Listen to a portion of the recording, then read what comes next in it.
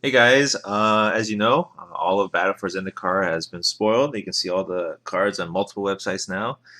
It's definitely an interesting set because some people absolutely hate this set already without playing it, and some people actually seem to like it.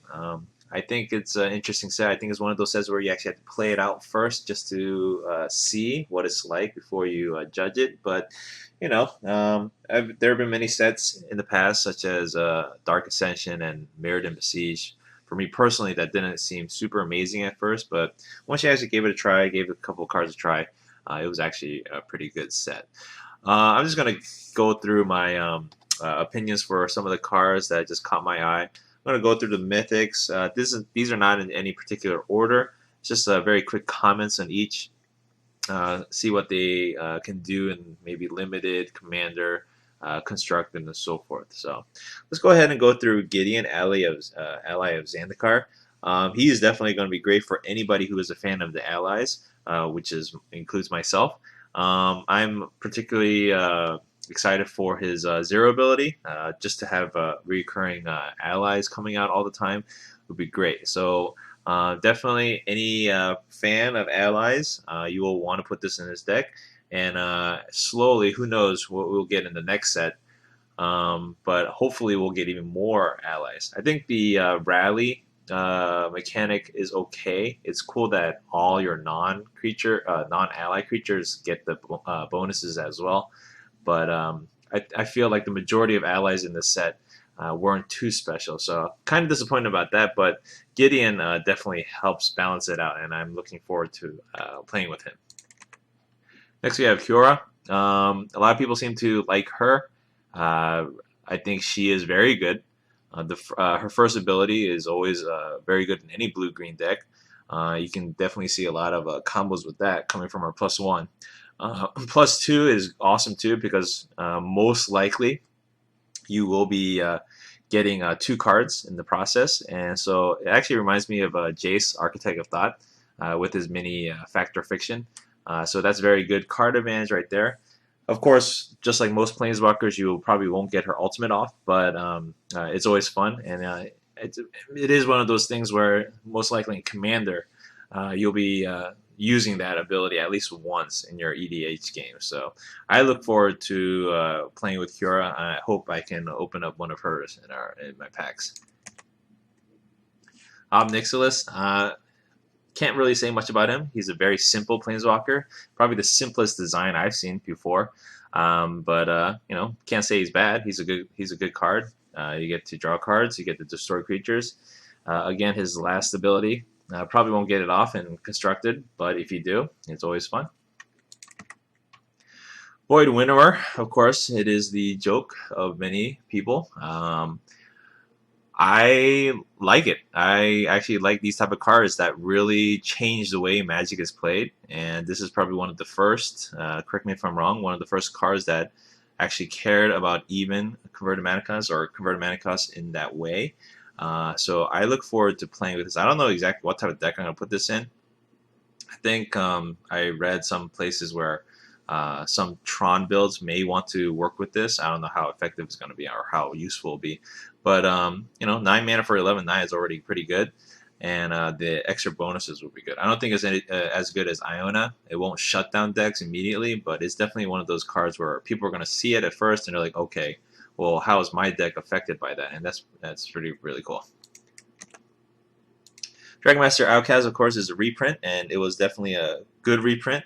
The price for this, I think, mainly due to casual interest, made the price for this actually go up. And it's not a great card, but I was actually looking forward to one of these because I needed one for my commander deck, and to have it reprinted is always good. Hopefully, it'll tank the price. Living Sorrow was one of those mythics that was spoiled at the Zendikar versus Eldrazi dual deck. I like this card. 6 for a 5/8 is already pretty good, and since there's a lot of exile, bring from exile mechanics in this set, I think Oblivion Sword is going to be. Wouldn't be surprised if you see this in play and standard. Probably not modern unless you make some weird deck out of it, but I like it. If you ramp up to this and then you actually hit a couple lands from your opponent's library, I think this will help out quite a bit. So I like this card. I hope I can get some of these. Sire of Stagnation, good card overall. People are comparing it to Consecrated Sphinx, of course. I think if you ramp up to this somehow, it will be pretty good because, again, your opponent's landfall late in the game, around the 6 mana, 7 mana mark, you may not get many lands, and your opponents may actually stop putting lands down on purpose. One card that I do want to play this with is actually Heartless Summoning, one of my favorite cards. So you can bring this out fairly early in the game, and I think if you do that, you will get a decent amount of card advantage from that. So I like this card.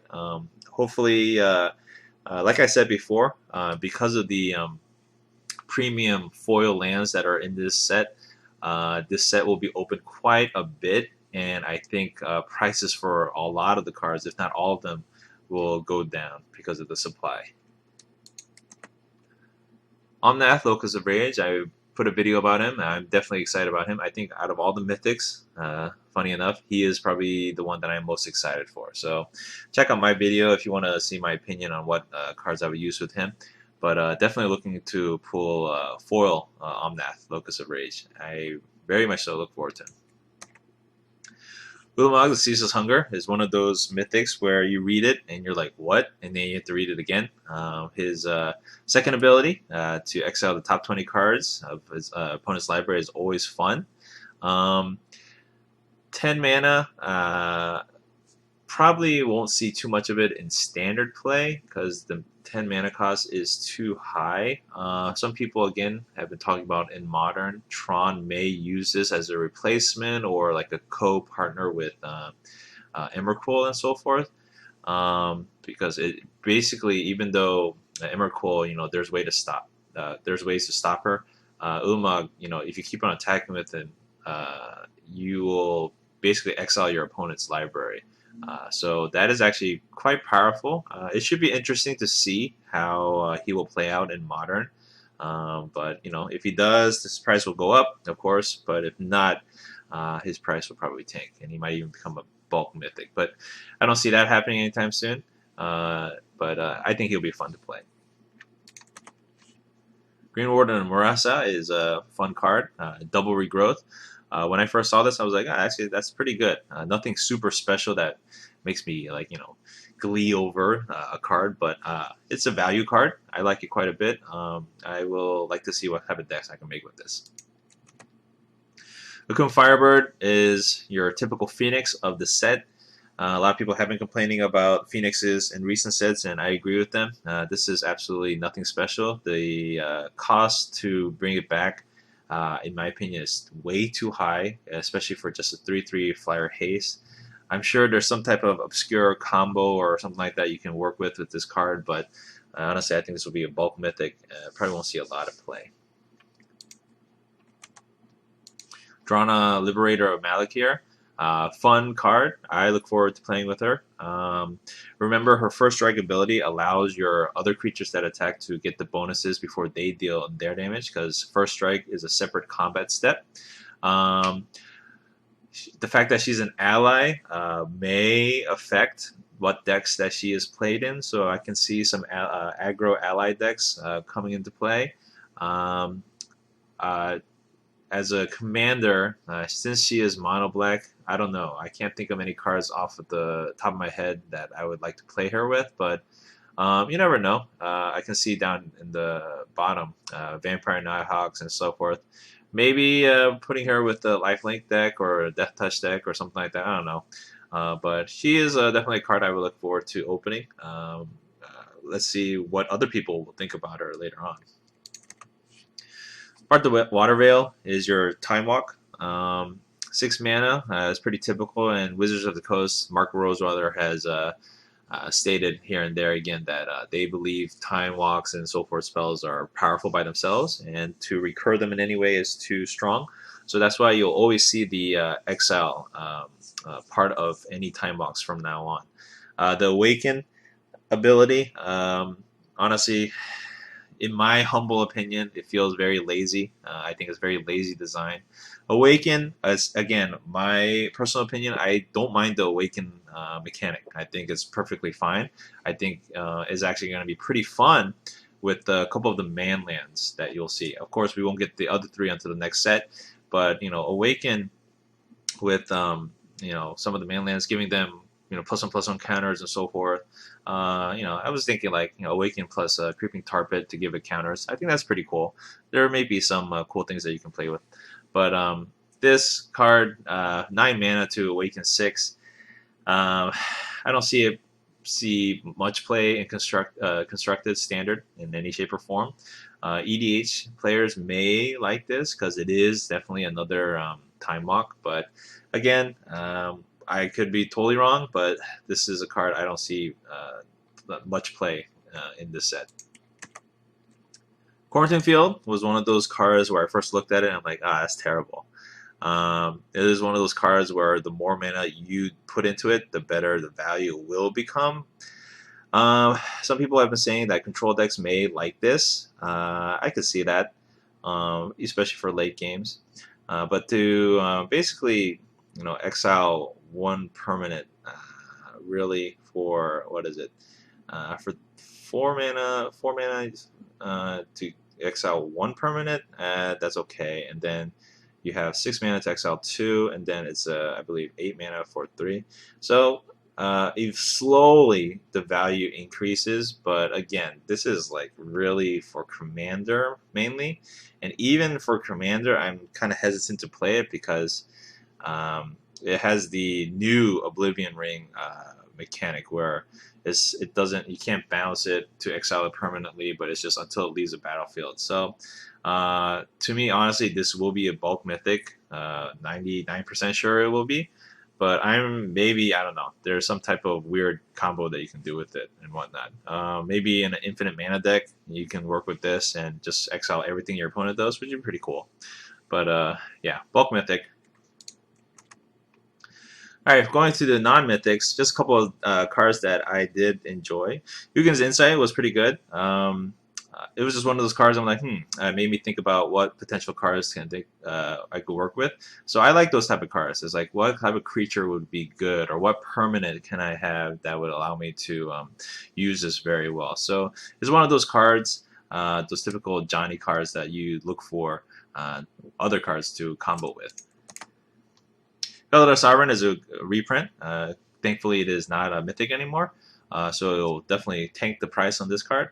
I was happy that this was reprinted. It's a good card. It's a fun card to play with, especially for beginners. It is really exciting to play with. Painful Truths. Converge is an interesting mechanic. I do like Sunburst, and Converge is pretty cool. I feel like a lot of the cards in this set may or may not benefit a lot from Converge. We definitely have the Tarkir set still in standard, so you'll see 3-color decks quite often. So Converge, we'll see some play, I think. Painful Truth, I think, will be okay. To draw 3 cards, to lose 3 life, is a pretty good deal, in my opinion.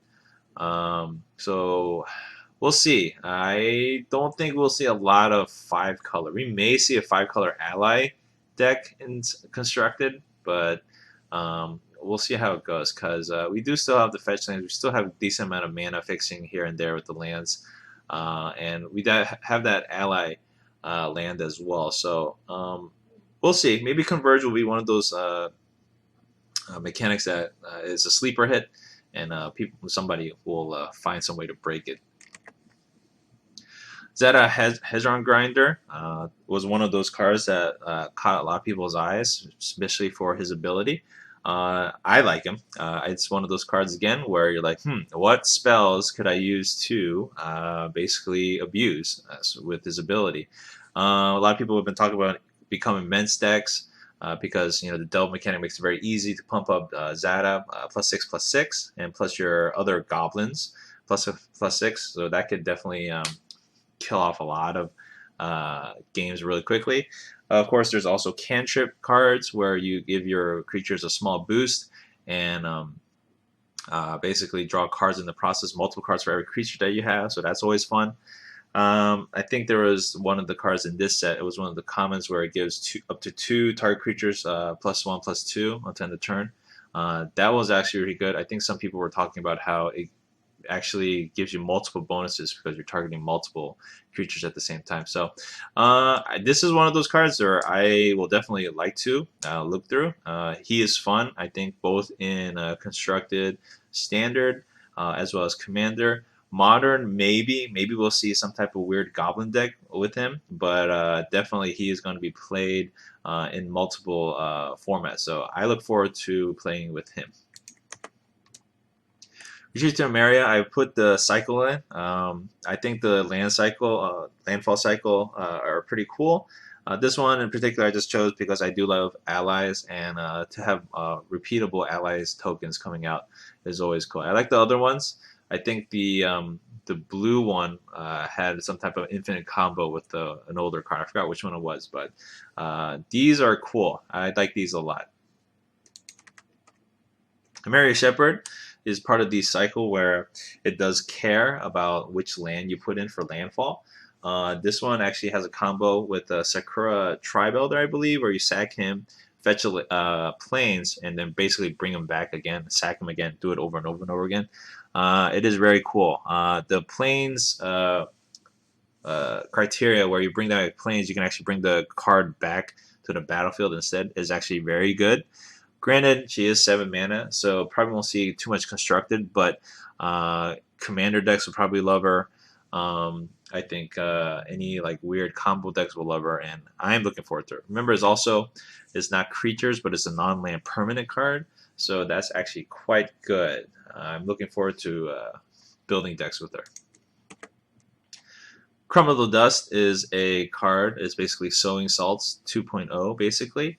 That's always cool, and any card that basically gets rid of non-basic lands is always good. Remember, this set has a lot of cards that care about your opponent's cards in exile, so that's actually quite good. I can see this working out very well. Conduit Ruin, surprisingly, is one of the cards I'm looking most forward to, mainly because of the card that I mentioned before, Heartless Summoning. Heartless, bringing out Heartless Summoning, bringing them out for 4, and then going through your library for another creature card 7 or greater. And then I like his second ability where the first creature spell you cast each turn costs 2 less to cast. So having Heartless Summoning out plus this guy out, that's -4 converted mana cost. I, again, can't think of cards that immediately come into mind, but just think about the Eldrazi cards for -4 converted mana cost. That's actually really good. I'm looking forward to brewing with that somehow. So I'm thinking of just picking up a playset of these. Otherwise, this card, again, probably won't see too much constructive play. But any card that tutors and reduces mana cost is something worth looking at. Bane of Balagan I just put in because it is Annihilator, basically. Annihilator is sacrifice, but this one actually exiles. So remember, this card might see some play actually because of the sets caring for bringing cards from exile again. So I don't know. 7 mana, it is pretty high, and it doesn't do anything when it comes to the battlefield immediately. But I don't know. It may be one of those sets, especially when you have all those Eldrazi scans out. You will have a decent amount of ramp in this set, so you never know how powerful these type of cards can be. Breaker of Armies I put in mainly because it is a game ender. I probably won't see constructed play, but it is one of those good cards where if you're playing a long game and you bring this guy out, and it forces your opponents to block it. So it's a good card. I like this one. Herald of Kozilek I just put in because any card that reduces mana cost is always worth looking at. I think this with Goblin Electromancer, alongside with a couple color spells that we have seen, like the Void spells, will be really cool. I would like to make a deck off of that. Noyandar Royal Shaper, nothing special, but the fact that he is a legendary creature, I think that would be a very interesting commander deck to work with. A white-blue Awaken Landfall land-oriented creature deck might actually be pretty interesting. I'm not sure if I can make a 100-card deck off of him, but you never know. I think there'll be a lot of other people as well. March from the Tomb. Although ally cards, the black ally cards are nothing special in my opinion. This is a good card for anybody who is interested in playing allies. This is actually quite good. Total mana, converted mana cost 8 or less from a graveyard to the battlefield. That is pretty crazy, especially the fact that all of them will be entering the battlefield at the same time. All of their activation abilities will activate at the same time. That's great.